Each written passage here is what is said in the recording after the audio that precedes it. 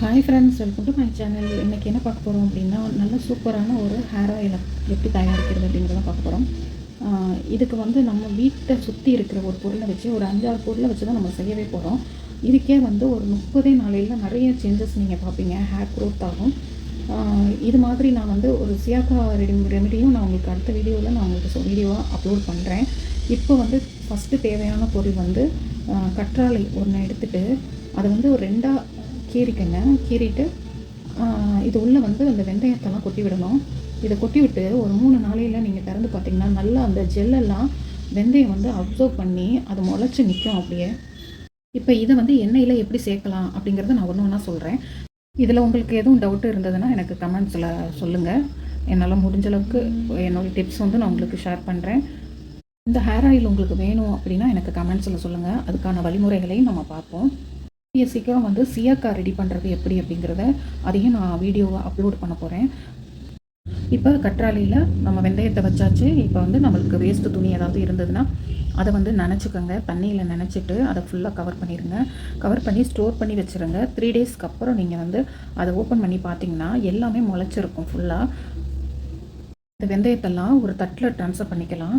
பாருங்கள், இப்போ நல்லா முளைச்சிருக்க பாருங்கள், ஃபுல்லாக முளைச்சிருக்கு. அந்த கற்றாழையில் அந்த ஜெல்லெல்லாம் இருந்ததில்ல, அது எதுவுமே இதில் இல்லை பாருங்கள். எல்லாமே அந்த வெந்தயம் வந்து உறிஞ்சிரும். உறிஞ்சதுக்கப்புறம் தான் இது வந்து முளைவிடும்.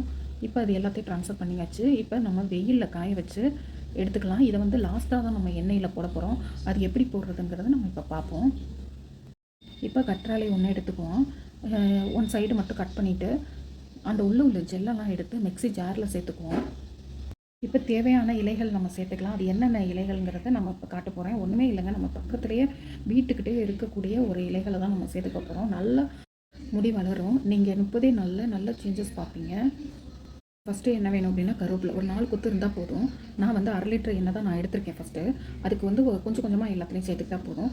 இதுக்கு 4 கொத்து கருவேப்பிலை. அடுத்தது வேப்ப இலை. இது வந்து எதுக்குன்னா பேன் தொல்லை இருக்காது, முக்கியமாக பொடுகு தொல்லையும் இருக்காது. அடுத்து வந்து மருதாணி. உங்களுக்கு எல்லாருக்கும் தெரியும், நல்லா கருப்பாக இருக்கும் முடி, நல்ல குளிர்ச்சியும் கூட, நல்ல முடியை வந்து வளர செய்யும்.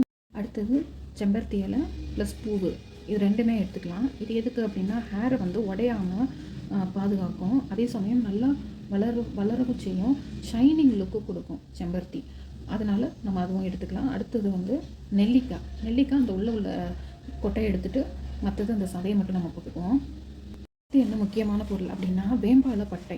இது வந்து நல்ல கலரிங் கொடுக்கும். இது வந்து நம்ம லாஸ்ட்டாக தான் போட்டு நம்ம எண்ணெயில் போட போகிறோம். அடுத்து அவரைப்பொடி நல்லா பிளாக்காக இருக்கும்.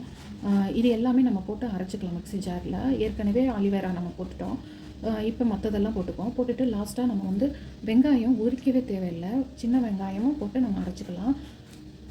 இப்போ எல்லாத்தையும் நம்ம அரைச்சி எடுத்துகிட்டு வந்துடுவோம். வேம்பாலப்பட்டை கொஞ்சம் மட்டும் போடுவோம், மீதி கொஞ்சம் வந்து நம்ம லாஸ்ட்டாக நம்ம எண்ணெய் காய்ச்சினதுக்கப்புறம் போட்டுக்கலாம்.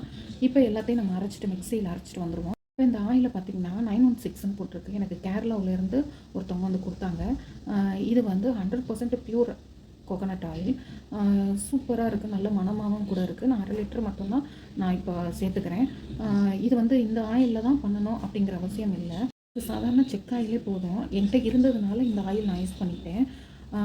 எல்லோரும் வந்து இதை யூஸ் பண்ணணுங்கிற அவசியம் இல்லை. சாதாரண செக் ஆயில் இருந்தாலே போதும். இப்போ நல்லா காய்ச்சிக்குவோம். காய்ச்சினதுக்கப்புறம் நான் அரைச்சி வச்ச விழுதெல்லாம் இதில் சேர்த்து நல்லா கொதிக்க விட்டதுக்கப்புறம் நல்லா அந்த நுரையெல்லாம் அடங்கிடணும். நல்லா கொதித்து வரட்டும். அந்த எண்ணெய் வந்து கொஞ்சம் வற்றணும், லைட்டாக வற்றணும். வற்றுற அளவுக்கு கொதிக்க விடணும்.